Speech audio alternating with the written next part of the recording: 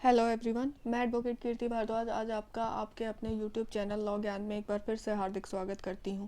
आज मैं आपके सामने आईपीसी सीरीज़ की फर्दर वीडियो लेकर आई हूं। इससे पहले का पार्ट आपके अपने चैनल पर अवेलेबल है, आप वहां जाकर इसको देख सकते हैं और हमारे साथ प्रिपरेशन शुरू कर सकते हैं। अगर आपको हमारी वीडियोज़ पसंद आ रही हैं तो प्लीज़ इसे लाइक करें, इसे शेयर करें। अगर कोई सवाल है तो कमेंट बॉक्स में लिखना न भूलें, जिसका जवाब हम एज सून एज पॉसिबल आपको देने की कोशिश करेंगे। तो चलिए without wasting a single second IPC के प्रोविजंस को फर्दर डिस्कस करते हैं। आईपीसी एक्ट कब का है? हमारा एक्ट है कब का है? 1860 का। लास्ट अमेंडमेंट कब हुई थी? 21 अप्रैल 2018। ये बहुत इम्पॉर्टेंट है, प्री में हर स्टेट में पूछा जाता है, तो इसको ध्यान रखिएगा। आज हम डिस्कस करेंगे प्रोविज़न नंबर 149 से प्री और मेंस। भैया प्री और मेंस दोनों के लिए इसको मार्क कर लीजिएगा। मेंस के लिए तो खासकर, क्योंकि मेंस में यहाँ से डायरेक्ट क्वेश्चन पुट ऑन किया जाएगा, तो that is this provision is very much important. ये सब्सटेंटिव ऑफेंस होता है बिकॉज इसमें अदर ऑफेंसेस को इंक्लूड किया जाता है। जैसे कि कभी भी डायरेक्ट 149 से अगर मेंस में हमारा क्वेश्चन पुट ऑन किया जाए तो you are going to prescribe provision number 143, 144 and 147। चलिए अब प्रोविज़न को डिस्कस करते हैं। Every member of unlawful assembly guilty of the offence committed in the prosecution of the common object. If an offence is committed by any member of an unlawful assembly in the prosecution of the common object of that assembly, or such as the member of that assembly knew to be likely to be committed in the prosecution of that object, every person who at the time of the committing of that offence is a member of the same assembly is guilty of that offence. आपने assembly join करी, ठीक है, उसका object क्या था? Unlawful. तो जितने भी मेंबर थे उसके इंक्लूडिंग, चाहे उसमें 5 मेंबर्स हो तो मिनिमम चाहिए, ठीक है, और चाहे उसमें 50 मेंबर हों चाहे 5 हों, 50 भी उतने के लिए लायबल होंगे और 5 भी उतने के लिए लायबल होंगे। चाहे वो क्राइम 50 बंदों में से सिर्फ 2 ने किया है, चाहे वो 50 के 50 ने किया है, वो फ़र्क नहीं पड़ता हमारा।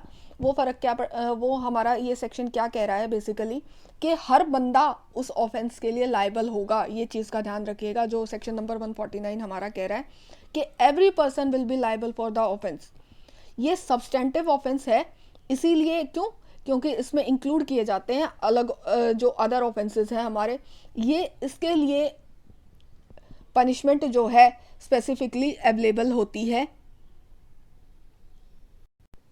जो मेन ऑफेंस की पनिशमेंट है उसी के लिए आपको मिलेगी। इसमें नीचे लिखा होगा आपके इसमें क्लासिफिकेशन ऑफ द ऑफेंस में the same as of the offence. Punishment कितनी है? जितनी, मतलब सबको जिसने किया है वो भी उतनी पनिशमेंट के लिए लायबल होगा, और आप जस्ट बीइंग अ मेंबर आपको भी उतनी ही पनिशमेंट मिलेगी। कभी भी इसको सिंगल हम नहीं स्टडी करते, हम इसको 143, 144 और 147 के साथ डिस्कस करते हैं। मेंस का सेक्शन है, अनलॉफुल असेंबली है तो ऑब्जेक्ट क्या होगा? हमारा अनलॉफुल होगा। हर बंदा उतना ही लायबल होगा, चाहे उसने कुछ काम किया है या नहीं किया है, उससे कोई इशू नहीं पड़ता है। इसमें आपका केस लॉ जो है कमेंट्स में दे रखा है, विनू भाई वाला, इसको प्लीज़ मार्क कर लीजिएगा। डायरेक्ट हमारे एग्ज़ाम में पूछ लेता है। लेटेस्ट केस लॉ है, 2018 का है, तो इसलिए थोड़ा सा मार्क करके चलिएगा। इसमें हाई डिग्री ऑफ प्रोबेबिलिटी की बात की होती है। अब डिस्कस करते हैं हम नेक्स्ट प्रोविज़न, हायरिंग और convening at hiring of the person to join unlawful assembly. मैं एक अनलॉफुल असेंबली की जो है हूँ मेंबर हूँ, ठीक है, मैंने 5-6 बंदों को हायर कर दिया। तो ये क्या है, किस लिए किया हायर? कि भैया आप अनलॉफुल जो हमारी असेंबली है उसके मेंबर बन जाएं। तो उसकी पनिशमेंट कहाँ दे रखी है? हमारी सेक्शन नंबर 150 में दे रखी है। Whoever hires or engage or employs or promotes or convinces at the hiring, engagement or employment of any person to join or become a member of an unlawful assembly shall be punishable as a member of such unlawful assembly। मतलब उसको वही consider किया जाएगा basically, चाहे आपने higher किया है, लेकिन आपको क्या कंसिडर किया जाएगा कि आप उस अनलॉफुल असेंबली के मेंबर हो। ये मैंने एग्ज़ाम में हमारे सेक्शन नहीं देखा है तो that is not much important for the exam perspective, लेकिन कुछ भी हमें छोड़ना नहीं है, तो हम हर प्रोविज़न को डिस्कस करते चलेंगे। अब आते हैं सेक्शन नंबर 151। इसमें बेसिकली क्या बात कर रखा है, नोइंगली ज्वाइनिंग और continuing in the assembly of 5 और more person after it has been commanded to disperse. किसी भी असेंबली को, ठीक है, आपने ज्वाइन कर लिया और एसडीएम साहब ने या किसी ने भी जो एग्जीक्यूटिव मजिस्ट्रेट है उन्होंने उस असेंबली को डिस्पर्स करने के लिए बोल दिया है, ठीक है, तो क्या पनिशमेंट मिलेगी, और आप फिर भी ये जानते हुए कि ये अनलॉफुल असेंबली है और इसको अगर आप ज्वाइन करते हैं तो क्या आपको पनिशमेंट मिलेगी, वो हमारा डिस्टर्बेंस का जो है प्रोविज़न जो है हमारा सेक्शन नंबर 151 में डिस्कस किया गया है। Whoever knowingly joins or continues in any assembly, क्या है हमारा कीवर्ड, knowingly, इसको मार्क कर लीजिएगा, joins or continues in any assembly of 5 or more, minimum criteria unlawful assembly का कितना है, 5 या 5 से अधिक, has been person likely to cause a disturbance of the public peace after such assembly has been lawfully commanded to disperse shall be punished कितनी, with imprisonment of either description for a term which may extend to 6 months or with fine or with both। कितनी सज़ा मिल सकती है, 6 महीने तक की सज़ा, fine या दोनों, ठीक है। ये बेसिकली हमारा सेक्शन 145 की जो हमने डिस्कस किया था उसके साथ है, तो इसको कोरिलेट करते के पढ़िएगा। ये अगेन मैं बात कर रही हूँ, ये प्रोविजंस जो हैं अनलॉफुल असेंबली के हमारे सारे ही इम्पॉर्टेंट हैं। यहाँ से pre as well as mains के लिए क्वेश्चन हमारा एग्जाम में पुट ऑन किया जाता है, तो इनको ध्यान से करिएगा। अगर कोई आपको डाउट आता है तो प्लीज़ कमेंट बॉक्स में लिख दीजिएगा, मैं उसका जवाब आपको एज सून एज पॉसिबल दूंगी। अब बात करते हैं सेक्शन नंबर 152 की, असॉल्टिंग और obstructing public servant when suppressing right. कोई पब्लिक सर्वेंट लगा, ठीक है, पुलिस वाला है, पब्लिक सर्वेंट कहाँ डिफाइन किया था हमारे सेक्शन नंबर 21, ठीक है। Whoever assaults or threatens to assault or obstructs or attempts to obstruct any public servant in the discharge of his duty as a such public servant in endeavoring to disperse an assembly or to suppress a right or affray or uses or threatens or attempts to use criminal force to such public servant shall be punished with the imprisonment of either description for a term which may extend to 3 years or with fine or both। Important है हरियाणा के लिए, बहुत ज़्यादा important है हरियाणा के लिए, इसको important कर लीजिएगा। हरियाणा के लिए, एमपी के लिए एग्ज़ाम में पूछा जाता है। अगर किसी भी सरकारी मुलाजिम को उसका काम करने से आप रोकते हैं, किसी भी प्रकार का उसको थ्रेट देते हैं, तो आपके अगेंस्ट कितनी पनिशमेंट मिल सकती है, आपको 3 साल की पनिशमेंट मिल सकती है। किसी भी सरकारी एम्प्लॉयज़ को आप रॉयट को रोक रहा है वो, और आप उसके साथ कोई अफरे करते हैं या उसको के साथ मतलब बदतमीज़ी करते हैं या उसको ऑब्स्ट्रक्ट करते हैं किसी भी प्रकार से, तो आपको 3 साल तक की सज़ा मिल सकती है, इस बात का ध्यान रखिएगा। कुछ प्रोविजंस ऐसे होते हैं जिनकी हमें नॉलेज होना बहुत ज़रूरी है, judicial aspirant as well as civil servant, ठीक है। तो इसी में एक प्रोविज़न है section number 153A, promoting enmity between different groups on the grounds of religion, race, place of birth, residence, language, etc. and doing etc.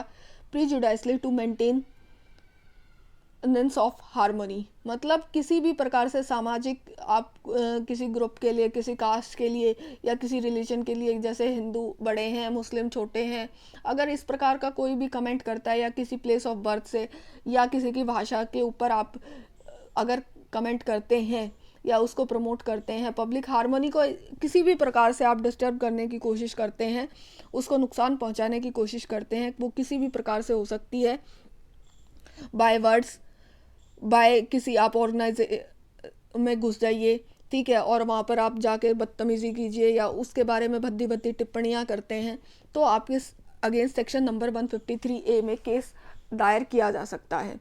इसकी punishment कितनी है, 3 साल की पनिशमेंट है और विद फाइन है, ठीक है, ये ध्यान रखिएगा। अगर आप नॉर्मल वे में जाते हैं, ये प्रोविज़न जो है हमारा इम्पॉर्टेंट है, प्री के लिए है, काफ़ी न्यूज़ में रहता है, कभी ना कभी न्यूज़ में आप इसको सुनते ही होगे, 153A का केस लग गया भैया इसके ऊपर, ठीक है, तो उसमें 3 साल तक की पनिशमेंट आपको मिल सकती है। अगर वो ऑफेंस, वही ऑफेंस उसने किसी रिलीजियस पर्पस या रिलीजियस वर्शिप या किसी मंदिर में या किसी भी रिलीजियस संस्थान में जाके और वो ये ऑफेंस करता है कि मतलब उस रिलीजन के बारे में भद्दी टिप्पणियाँ करना, कोई भी गलत इन्फॉर्मेशन देना या कुछ भी ऐसा सामाजिक तौर पे कहते हैं ना कि आतंक फैलाना, ठीक है, तो उस केस में सेक्शन नंबर 153A में कहा गया है कि अगर ये ऑफेंस प्लेस ऑफ वर्शिप पे होता है तो उस बंदे को 5 साल तक की सज़ा मिल जाएगी। कॉग्निजेबल है, नॉन बेलेबल ऑफेंस है, ये ध्यान रखिएगा। इसकी जो ये पनिशमेंट्स है, क्लासिफिकेशन ऑफ ऑफेंस है, इसको ध्यान से करिएगा। 3 साल की है अगर नॉर्मल सिचुएशन में हुआ, कॉग्निजेबल है, नॉन बेलेबल ऑफेंसेस है। अगर 5 साल का है मतलब अगर वर्शिप प्लेस में हुआ है तो आपको कितनी पनिशमेंट मिल सकती है, 5 साल तक की। फाइन कॉग्निजेबल है, ठीक है, नॉन बेलेबल ऑफेंस है, tribal by the magistrate of first class, और नॉन कंपाउंडेबल ऑफेंसेस है। नॉन कंपाउंडेबल ऑफेंसेस हमारे कहाँ डिफाइन है, फटाफट कमेंट बॉक्स में इसका आंसर दीजिएगा। अब आते हैं हम नेक्स्ट सेक्शन पे, 153AA। ये सेक्शन बहुत आपको मिलेगा, 153A, 153AA, punishment for knowingly carrying arms in any prosecution procession और ऑर्गेनाइजिंग और होल्डिंग और taking part in any mass drill और mass training with the arms. अगर किसी भी संस्था में जाते हैं आप और वहाँ पर मतलब whoever knowingly carries arms in any procession or organizes or holds or takes part in any mass drill or mass training with arms in any public place in contravention of the any public notice or order issue or made under section number 144AA CRPC shall be punished with the imprisonment for a term which may extend to 6 months and with a fine which may extend to 2000 rupees। यहाँ पर जो fine की limit है ना, यहाँ पर हमें ध्यान किस पे देना है, पनिशमेंट पे। प्रोविजन पे तो देना ही देना है, पनिशमेंट पे देना है। यहाँ पर फाइन जो है हमारा प्रिस्क्राइब कर दिया है, इस बात का ध्यान रखिएगा। फाइन आपको मिलेगा 2000 रुपये अगर आप 153A के प्रोविज़न को कॉन्ट्रावेन करते हैं तो। 153AA के प्रोविजंस को अगर कॉन्ट्रावेन करते हैं तो आपको 6 महीने तक की सज़ा। और ध्यान क्या रखना है हमें यहाँ पर कि टाइम लिमिट की बात करी गई है। सेक्शन नंबर 153B पे आते हैं, imputation assertion prejudicial to the national integration. अगर नेशनल इंटीग्रिटी के खिलाफ आप कोई भी कमेंट करते हैं तो आपको भैया 3 साल तक की सज़ा हो सकती है, ठीक है, ये ध्यान रखिएगा। Whoever commits an offence specified in subsection 1 in any of place of worship or any assembly engaged in the performance of religious worship or religious ceremonies shall be punished which may extend to 5 years। Punishment का ध्यान रखिएगा। अगर यही imputation वगैरह normal situation में होती है तो 3 साल की पनिशमेंट है, और अगर रिलीजियस पर्पस पे होती है तो आपको 5 साल तक की पनिशमेंट हो जाएगी। इस चीज़ का ध्यान रखिएगा। Imputation assertion prejudicial to the national integration, या तो पब्लिक क्या है कीवर्ड्स हमारे, पब्लिश पहले में, ठीक है, अजर्ट्स काउंसिल एडवाइस प्रोपगेट्स और publish that any class of person shall by the reason of their being member of the religious racial language और रीजनल ग्रुप और कास्ट बी डिनाइड और deprived of their rights as a civil citizens of India. यहाँ पे आप चीज़ mark करते चलिएगा कि अगर किसी भी बंदे को उसकी सिविल राइट्स के डिप्लाई किया जाता है तो भी आप सेक्शन नंबर 153 क्लॉज बी के अंदर पनिशेबल ऑफेंस है। मेक्स और पब्लिश एनी असर्टेशन काउंसिल प्ली और appeal concerning the obligation of any person of by the reason of their being member of religious, racial, language or regional group or caste or community, and such assertion, counsel, plea or appeal cause or is likely to cause disharmony or feeling of enmity or hatred or ill will between such members and the other person। मतलब किसी भी प्रकार से आप जो सामाजिक शांति है उसको अगर भंग करते हैं, वेदर आप देश के खिलाफ या किसी भी पर्टिकुलर जो है कास्ट है, क्रीड है, उसके खिलाफ अगर आप ऑफेंस करते हैं तो आपको 3 साल तक की पनिशमेंट, और यही अगर आप वर्शिप के प्लेस पे करते हैं तो आपको 5 साल तक की पनिशमेंट मिल सकती है। इसी के साथ मैं इस वीडियो को यहीं अंत करती हूँ। इससे फर्दर प्रोविज़न्स हम नेक्स्ट वीडियो में डिस्कस करेंगे। तब तक साथ बनाए रखिएगा, पढ़ते रहें। अगर आपको कोई भी टेस्ट सीरीज से रिगार्डिंग इंक्वायरी है या कोई ग्रुप से रिलेटेड इन्फॉर्मेशन चाहिए, जो हमारा हरियाणा का पेड ग्रुप चल रहा है, तो आप दिए गए नंबर पर कॉल या व्हाट्सएप करके क्वेरी ले सकते हैं। तब तक जुड़ते रहिए, साथ बनाए रखिएगा, ठीक है। और अपनी प्रिपरेशन जो है वो जारी रखनी है, बिकॉज पढ़ाई ही ऐसा साधन है जो हमें हमारी मंजिल तक पहुंचाने वाला है। वहाँ पर कोई काम नहीं आता, सिर्फ आपकी पढ़ाई है जो आपको काम आएगी। इसीलिए पढ़ते रहिएगा, साथ बनाए रखिएगा। Till then, all the best. Do like, share and comment our channel. Thank you.